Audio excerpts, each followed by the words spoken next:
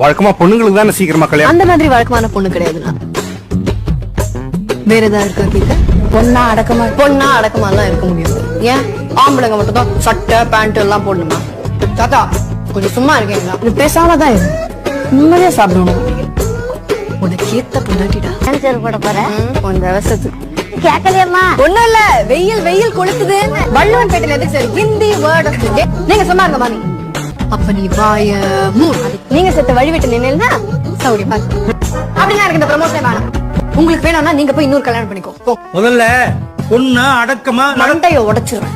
பஜ்ஜி போண்டா கொடுத்தாங்கன்னா எங்க வேணா வந்துருதா? நான் தூக்கத்தை சொல்லிக்கிட்டே இருக்காதீங்கப்பா. போய் முதல்ல தொங்கு. கடைசியா சார் நீ ஏன் தலையில குண்டு தூக்கி போட்ட? நான் என்ன ஆடா மாடா? பொத்தகுடின்னு தெரிஞ்சே போய் குதிக்க சொல்றியா?